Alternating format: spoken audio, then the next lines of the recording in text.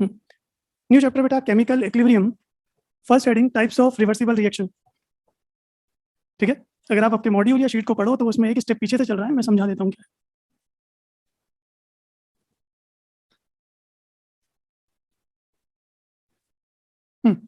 Reaction बेटा दो type की होती हैं, थ्योरेटिकल है। पहला इरिवर्सिबल, इरिवर्सिबल मतलब जो केवल फॉरवर्ड जाएंगी बैकवर्ड नहीं आएंगे, जैसे जितना भी कंबशन होता है सारा कौन सा केस है, इरिवर्सिबल। वो हमारा चैप्टर फंसेगा ही नहीं, हमारे चैप्टर में इक्विलिब्रियम कहाँ मिलता है, केवल रिवर्सिबल। तो इसकी बात करें, रिवर्सिबल रिएक्शन का मतलब जो रिएक्शन पहले फॉरवर्ड चली होगी और कुछ देर बाद फिर बैकवर्ड आई होगी। तो ये नो डाउट तभी पॉसिबल है जब कंटेनर आपने हमेशा क्या ले रखा हो, क्लोज, क्योंकि ओपन में तो जितने प्रोडक्ट होंगे कोई ना कोई बात निकलना ही। तो टाइप्स ऑफ रिवर्सिबल की बात करें, पहला लिखना होमोजेनस, क्योंकि इसमें दोनों ही केस के न्यूमेरिकल हमें करना है। फर्स्ट लिखिए बेटा टाइप्स में homogeneous reversible reaction. First homogeneous reversible reaction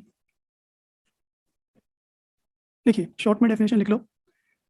physical state of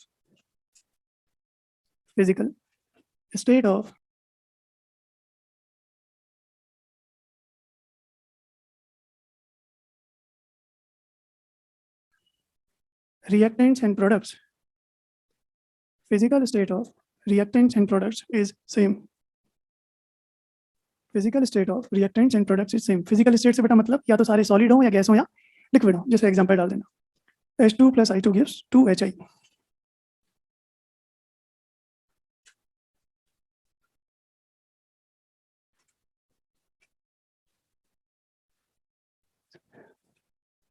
ठीक है बेटा, जिस तरह गैसेज आ सकती हैं, लिक्विड भी आ सकता है, सॉलिड भी आ सकता है, इन सबको अपन न्यूमेरिकल में उठाएंगे। सेकंड नंबर लिखिए हेट्रोजेनस रिवर्सिबल रिएक्शन। आइडिया आप भी लगा सकते हैं इसमें क्या होता होगा, फिजिकल स्टेट कॉमन नहीं होती होगी, तो इसमें हेट्रोजेनस में डेफिनेशन लिखो, टू और मोर फिजिकल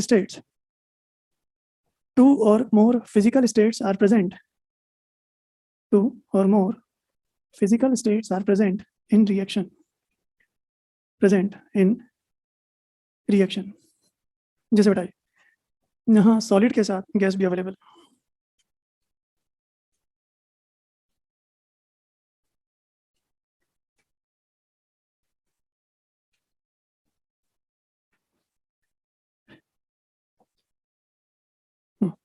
अब हम पढ़ते हैं बेटा इक्विलिब्रियम स्टेट।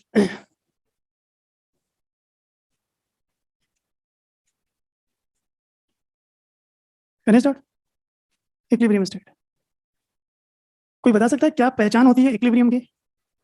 भाई ये तो मत बोलना कि रिएक्शन जब फॉरवर्ड और बैकवर्ड सेम स्पीड पर आती है तब इक्विलिब्रियम है, ये पहचान नहीं है। आप किसी कंटेनर को देखकर उसकी रेट देख लोगे क्या?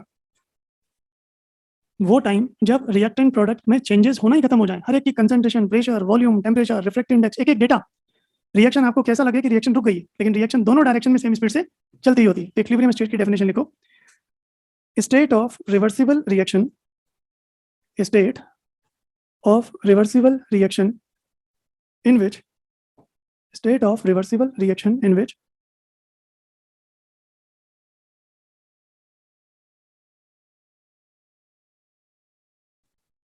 forward and backward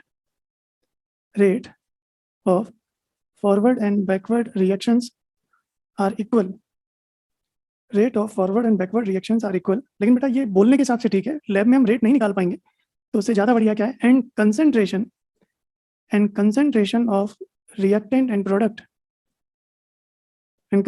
of reactant and product is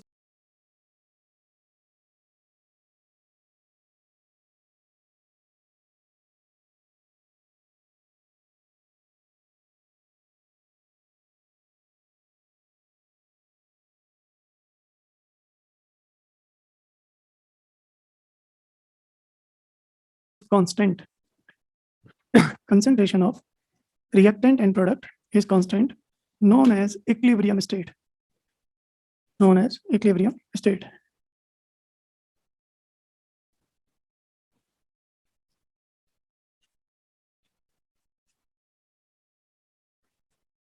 अब देखते जाइए।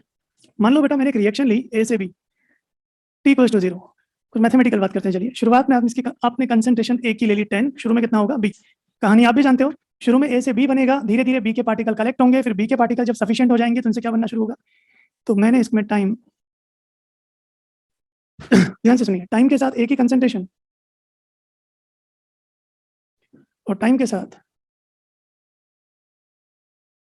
ठीक है, अब गौर से देखना, बड़ा सिंपल सा केस है, अब समझना ध्यान से यहाँ पर अगर मैं फॉरवर्ड के फॉरवर्ड मान लूँ, के बैकवर्ड मान लूँ, तो हम पढ़ चुके हैं, जब मैं इसमें रेट फॉरवर्ड लिखूंगा तो आप यही तो लिखोगे, और जब यहाँ पे रेट बैकवर्ड लिखेंगे, राइट, लेकिन हो सकता है ना, यही तो करते हो।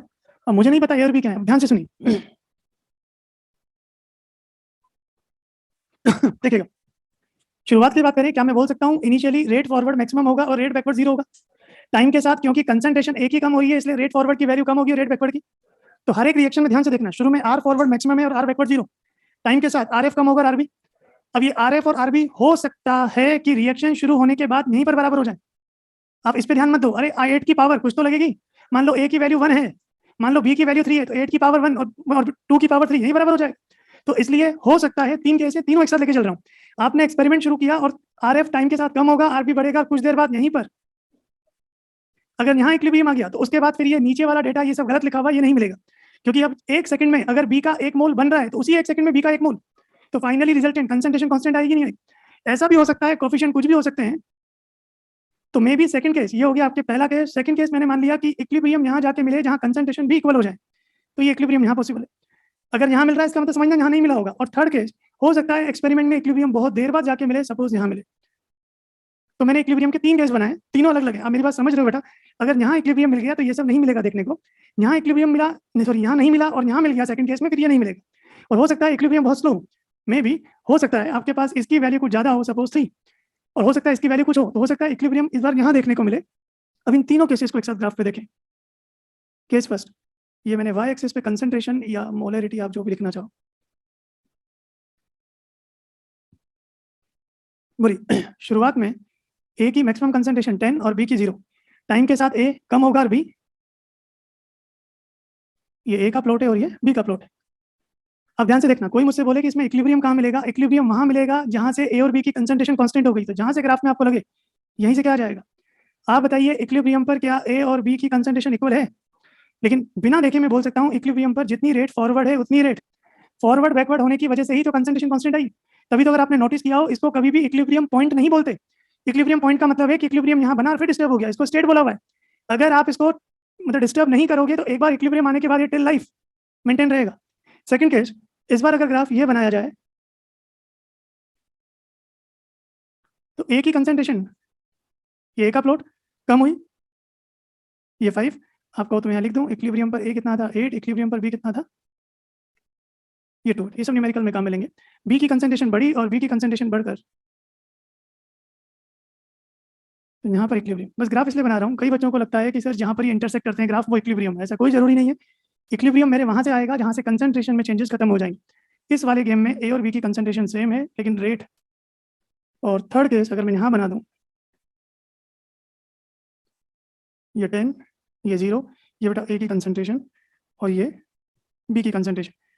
बोलिए हमने ए कहाँ पर लिया था, बी लिया था 7 पर और ए लिया था 3, तो ये इक्विलिब्रियम नहीं है, बस ये बता रहा है कि कुछ देर के लिए आपके पास कंसंट्रेशन सेम हुई है। इक्विलिब्रियम मेरा वहां से शुरू होगा जहां से कंसंट्रेशन फिक्स हो गई, तो ये इक्विलिब्रियम स्टेट।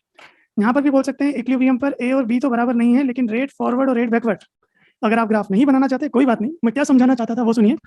इक्विलिब्रियम स्टेट पर बेटा ध्यान रखना, हमेशा रेट फॉरवर्ड और रेट बैकवर्ड इक्वल होती है, इसलिए कंसंट्रेशन उसके बाद हमेशा कांस्टेंट, और केवल कंसंट्रेशन नहीं, क्या आपको नहीं पता पी प्रोपोर्शनल टू मोल्स, जब मोल कांस्टेंट है तो प्रेशर कांस्टेंट होगा, वॉल्यूम कांस्टेंट होगा, पार्टिकल्स का कलर, अगर ऑप्टिकल एक्टिव है तो रिफ्लेक्टिव इंडेक्स, एंगल, विस्कोसिटी, सब कुछ कांस्टेंट। एक बार इक्विलिब्रियम आने के बाद किसी भी प्रॉपर्टी में कोई चेंज नहीं आएंगे। हाँ कंसंट्रेशन इक्वल नहीं भी हो सकती, कंसंट्रेशन इक्वल, लेकिन हर केस में रेट हर केस में इक्वल होती है। ऐसा सुनिए, चाहो तो बना लो या कैसे भी लिख लीजिए। हाँ बोलो।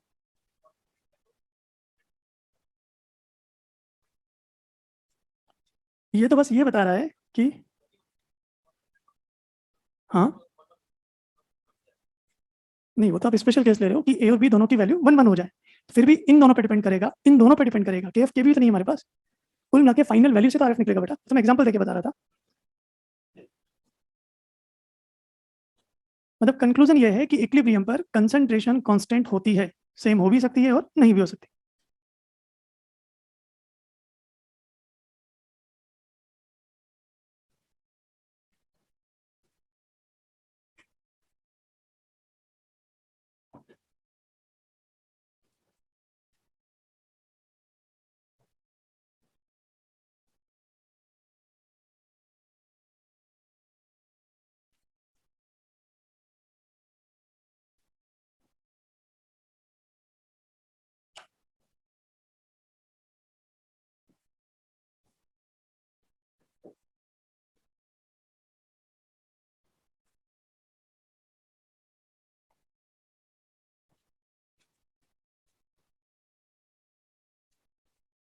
चलिए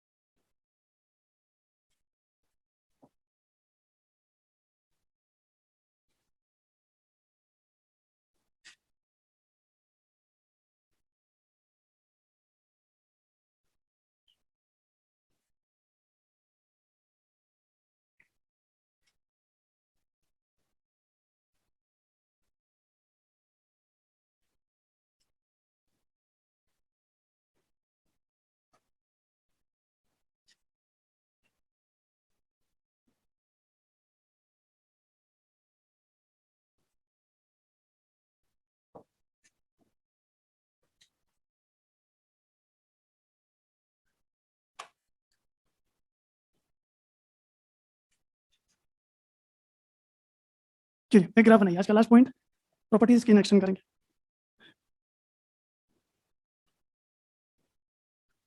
2 मोलर SO2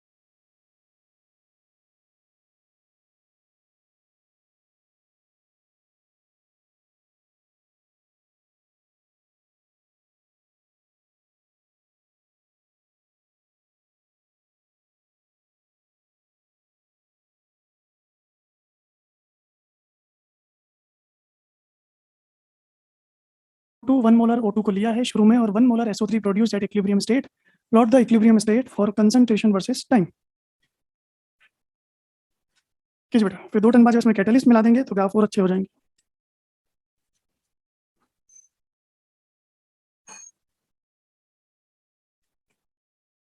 ये तीनों पार्ट समझ में आ गए? कीजिए उस ग्राफ को कीजिए, मंडे को प्रॉपर्टी, मंडे को कर लाओगे एक्सरसाइज 4।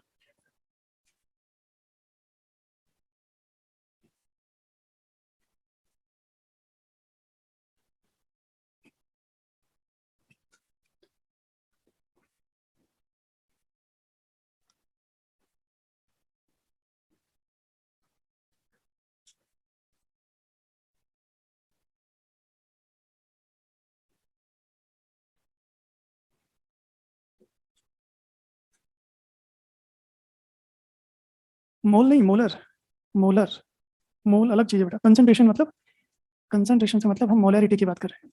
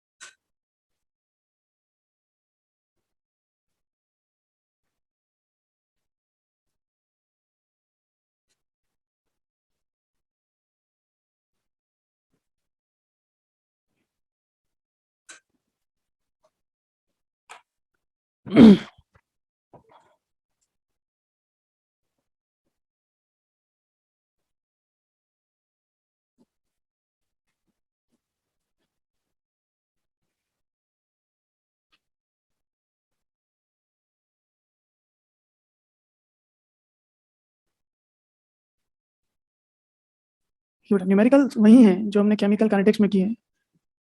ये चैप्टर ही बड़ा आसान है। ये देखिए बिल्कुल वैसे ही लिखना है और कंडीशन गिवन है कि थोड़ा टाइम का प्रॉब्लम है तो मैं साथ में कर लें। SO3 कितना गिवन है 1 मोलर, तो 2x की वैल्यू बटा 1 है तो x इक्वल्स टू 0.5 यहाँ रखा तो ये बचा 0.5 और ये कितना हो गया 1, तो ये इक्विलिब्रियम पे 1, ये 1 मोलर। बस इसको ग्राफ में प्लॉट कर दीजिए। अच्छे से तो बनेंगे जब इसमें आप ली चैप्टर लगाओगे 2-3 टन बाद। बोलिए शुरुआत में SO2 किस कहाँ बैठा था, शुरुआत में O2 कहाँ बैठा है 1 पर, और स्टार्टिंग में SO3 कहाँ बैठा है, ये ग्राफ यहाँ से शुरू होंगे। इक्विलिब्रियम का कोई पॉइंट फिक्स कर लीजिए, अब आप बना लीजिए फटाफट। इक्विलिब्रियम पर SO2 की कंसंट्रेशन डाउन होकर कितनी आ गई 1, ये ग्राफ किसका, ये 1, यहाँ पे इक्विलिब्रियम मान लेते हैं। उसी वक्त O2 की कंसंट्रेशन डाउन होकर कितनी आ गई, ये ग्राफ किसका होगा, ये 1 से 0.5 आएगा ना बेटा, और उस वक्त तक SO3 बढ़कर कितना जा चुका होगा, तो ये SO3 का ग्राफ ये बढ़कर कितना जा चुका है, और उसके बाद सबकी कंसंट्रेशन कांस्टेंट। नहीं आया समझना है, सिंपल है। अच्छा तो तब बनेगा जब इसमें कैटलिस्ट मिला देंगे या टेम्परेचर चेंज कर देंगे, तब ग्राफ फिर डिस्टर्ब होते हैं वहीं से। क्लियर है यहाँ तक, अभी शीट में कोई क्वेश्चन नहीं, बाकी नेक्स्ट टर्न उस काइनेटिक्स की शीट कर रहा हूँ।